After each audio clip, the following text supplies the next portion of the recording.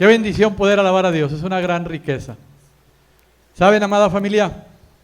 Hay cosas o situaciones de la vida que vamos a conocer empíricamente.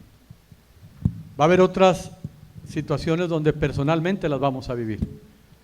Hoy, en esta semana, conocimos algo empíricamente, o a lo mejor alguien de ustedes ya ha vivido una situación de maldad.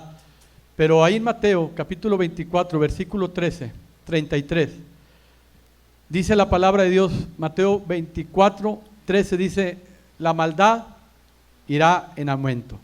¿Okay? No, eso no es un secreto, no es algo que esté escondido, es simplemente, bíblicamente dice que la maldad va a ir en aumento. Y en esta semana nosotros vivimos momentos de maldad, de un niño, que lo bendigo en el nombre de Cristo Jesús, a sus padres, tuvo una situación. ¿Cuál es la postura de nosotros como pueblo de Dios? Estuve viendo la tele, yo no soy de redes sociales, pero me tocaba oír pues no tengo una palabra, pero cada comentario fuera de orden. Pero ya gentes profesionales, en un programa de la televisión decía el sociólogo, es que es la sociedad. Sí, tiene razón. En primera de Juan 5:19 dice que el mundo entero está bajo el maligno. Eso no es un secreto para aquellos que conocemos la Biblia. La sociedad, Pablo decía, y este mundo corrupto, este mundo perverso, ¿verdad? Pero no que la creación de Dios sea perversa, sino que todo como se opera en el mundo está perverso. Y el sociólogo decía, es la sociedad la culpable.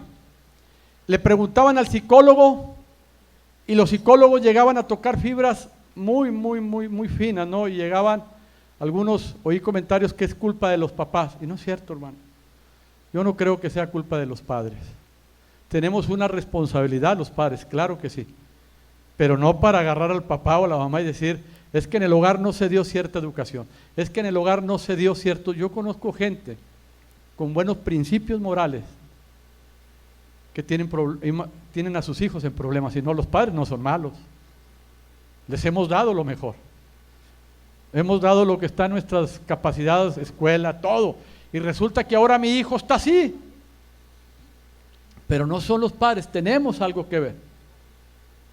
Y decía el religioso, los principios morales son de la casa. Y sí, cierto, tiene razón todo eso. Pero ¿cuál es la postura de nosotros, hermano? Cerrar la boca y ponerte a orar. Porque tú y yo tenemos una gran responsabilidad. En Timoteo dice, y oren por sus autoridades para que la ciudad viva en paz. No levantes la mano, estás orando por tu ciudad. ¿Cuántas veces has hablado bien del Bronco? ¿Cuántas veces has maldecido a Peña Nieto?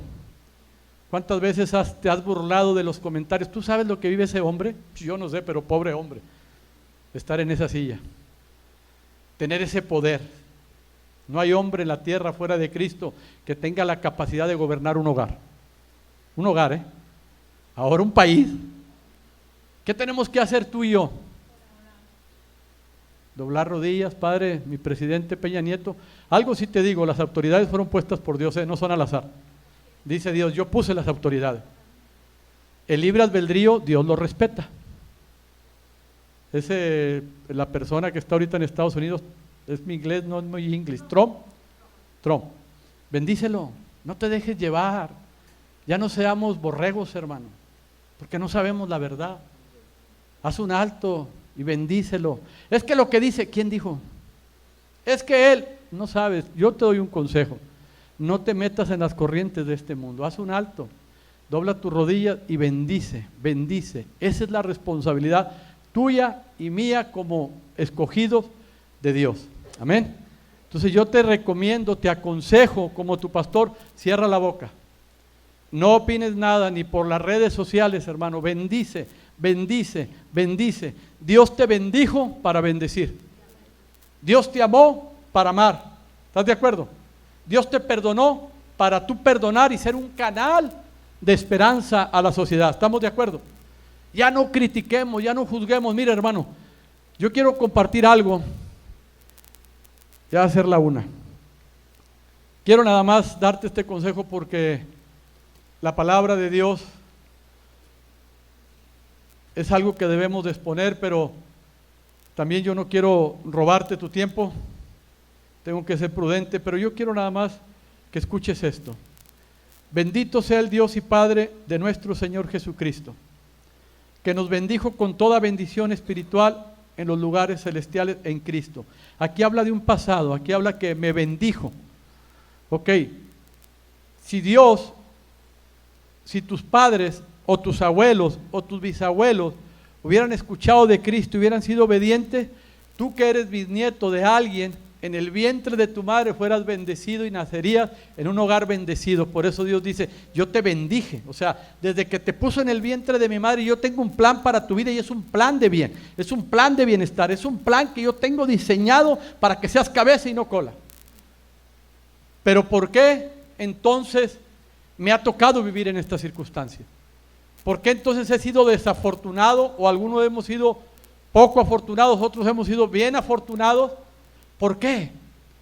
Bueno, la palabra de Dios nos enseña, hermano, que mientras no honremos al Señor de corazón, mientras Dios no edifique nuestra casa, en vano trabajan los que la edifican, en vano la guardan los que vigilan. Y dice la palabra, según nos escogió Él antes de la fundación del mundo, para que fuésemos santos y sin mancha delante de Él, en amor, habiéndonos predestinado para ser adoptados hijos suyos por medio de Jesucristo, según el puro afecto de su voluntad, para alabanza de la gloria de su gracia, con el cual nos hizo aceptos en el amado. Aquí Dios habla de dos personas. Habla de una persona que escogió y de una persona que fue aceptada. Son cosas muy diferentes. Mi madre fue una persona escogida por Dios. Yo fui una persona aceptada. A lo mejor aquí hay gente que está desde muy chiquito en un hogar cristiano y sus papás, un papá de esos dos fue escogido por Dios y tú y yo fuimos aceptados por Dios. O sea, no nos escogió Dios, sino que gracias al clamor de mi madre, gracias al amor de mi madre, ella fue escogida por Dios, ella la selló Dios, mi madre se paró, se puso en la brecha y hay evidencias cuando una persona es escogida por Dios. Y una evidencia es que tienes hambre de la palabra. Una evidencia es que quieres comerte, quieres enamorarte, son evidencias. Yo, que fui aceptado, a mí me trajo un problema a Cristo. A mí la enfermedad de mi hijo Telo, cuando ya no había oro, ni plata, ni la ciencia me dice de mi hijo. Me acuerdo, fue en San Luis, Missouri, no recuerdo en qué parte de Estados Unidos, un doctor me dijo, le dije, bueno doctor, aquí está la póliza, aquí hay dinero, opérelo. Y ese hombre me dijo, guarde la póliza, agarre su cheque, me dice, ¿cree en Dios? ¿Y qué tiene que ver Dios en este rollo? Le dije, sí creo. Pues póngase a orar, porque ni el oro, ni la plata, ni la ciencia puede hacer nada. ¿Tú sabes cómo me sentí en ese momento? Y le dije, ¿qué va a hacer de mi hijo? Y ese doctor me dijo, disfrútelo. ¿Cómo que lo dice? Sí, disfrútelo. No sé qué va a pasar con su hijo. Bueno, yo vine, me postré en el baño, le dije, Dios, yo no sé quién tenga la verdad, si los católicos, los mormones, los testigos de Jehová o mamá. Pero clamo a ti, socórreme, acéptame. Ah, sí, mi hijo, yo te acepto. Y me aceptó. Pero para mí fue una lucha interna entender esto, hermano. Para mí fue una lucha interna alabar a Dios. Iba a la iglesia, me sentaba, veía a la gente que alababa los brazos, otros danzaba, y yo le decía, mamá, estos están locos, parecen cabras mancas, están brincando. Y yo volteaba a ver a quién alababan, en serio, hermano, yo decía, ¿a quién alaban estos? ¿Qué hacen? Para mí me fue difícil entender, me fue más difícil que mi madre que fue escogida. ¿Se acuerdan de Saulo? Se llamó Pablo. A ese hombre Dios lo escogió, ¿verdad? Que Dios le dijo, tú me eres un instrumento escogido, ven para acá. Hay gente que han sido escogidos, otros que hemos sido aceptados. Pero sí tenemos una misma responsabilidad, todos hermanos. Todos tenemos una responsabilidad delante de Dios. Romanos capítulo 1, versículos 5 y 8.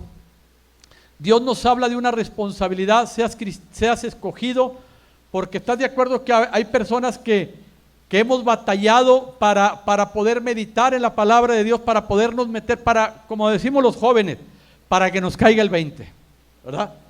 Yo batallé, pero sé que no había otro camino, hermano.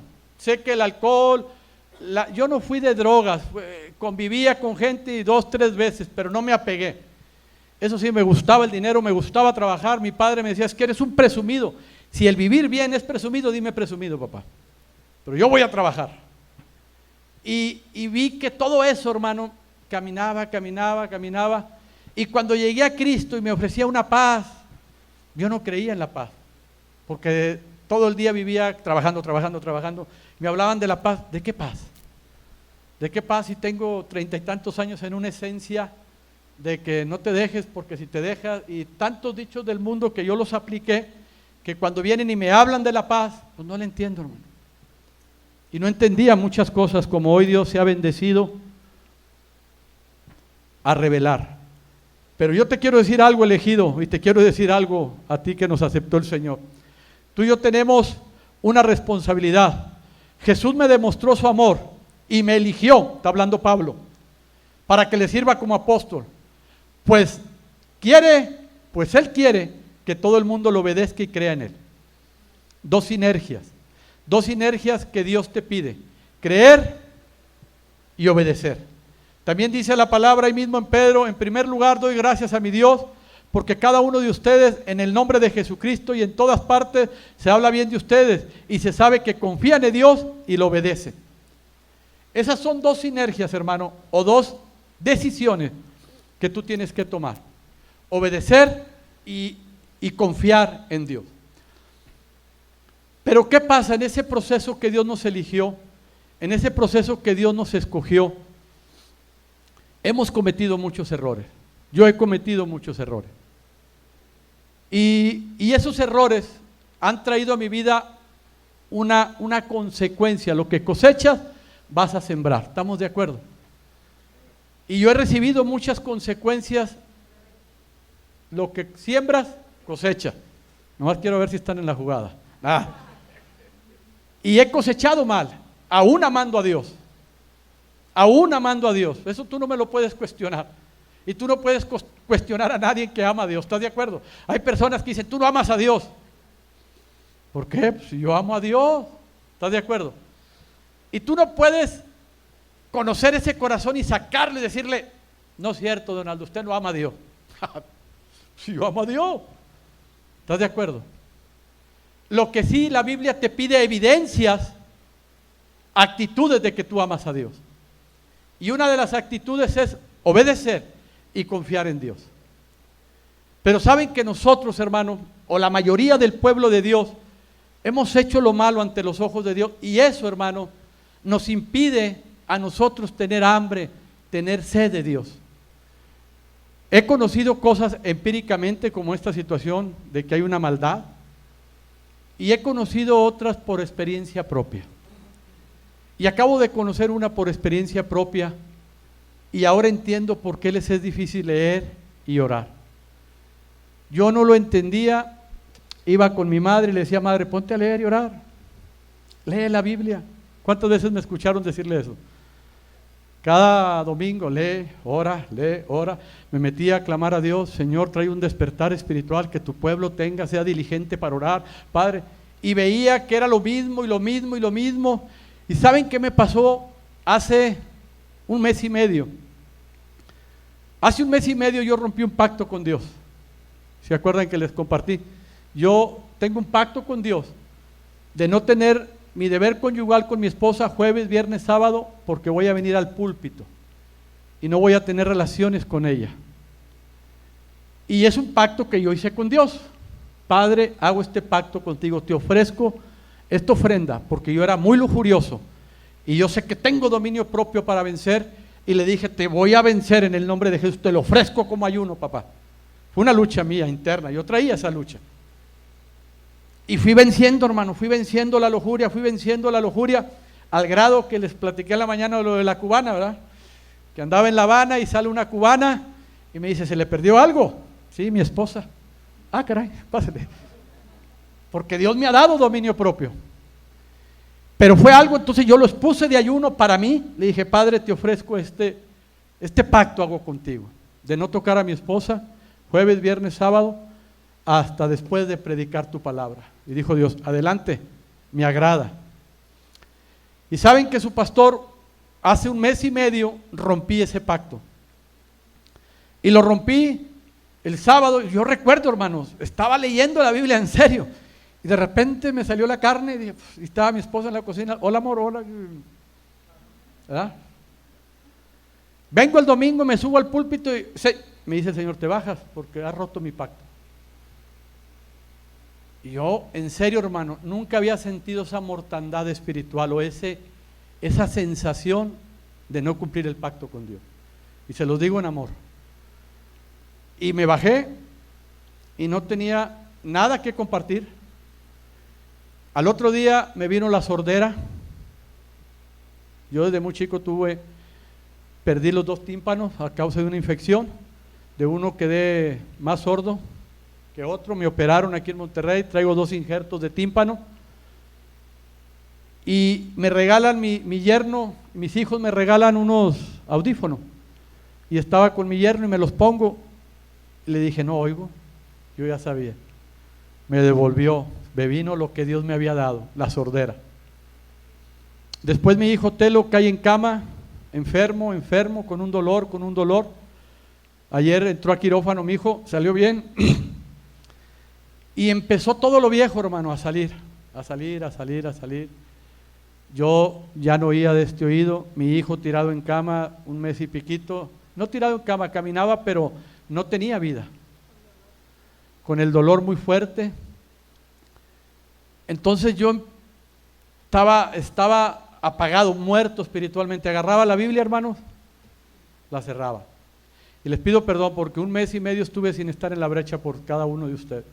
Así que si sucedió algo incomprensible, les pido perdón. Y no oraba. Me venía a orar y haz de cuenta que no sabía nada de la oración. Padre, eres grande. Nada.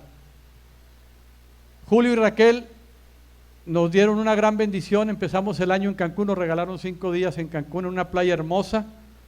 Yo estaba ahí tirado de panza, viendo las estrellas, en un lugar geográfico hermoso, pero muerto espiritualmente. Cuando mi esposa me vio que ya no iba al gimnasio, que tenía 1 mes y medio de no ir al gimnasio, dijo, amor, estás mal, porque si tengo un hábito yo es hacer ejercicio.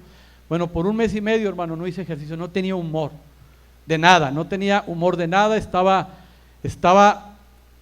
Dios apartó. Cuando David, ¿se acuerdan que David en el Salmo 51 le dice, Señor, vuélveme el gozo de tu salvación? ¿Lo han leído? Señor, crea en mí un corazón puro, vuélveme el gozo de tu salvación. Me han robado. Él logró identificar.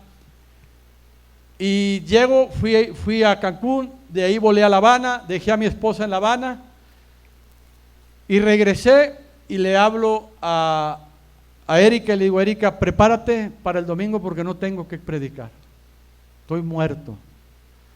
Y el domingo pasado llegué y Dios se dignó devolverme el gozo de mi salvación. Gracias, Señor, gracias. ¿Se acuerdan que hubo una predicación? Que si me dices ¿qué predicaste? No sé, no la traía, pero fue algo que dijo el Señor, yo estoy contigo, nomás cuida mucho los dichos de tus labios, lo que pactas conmigo.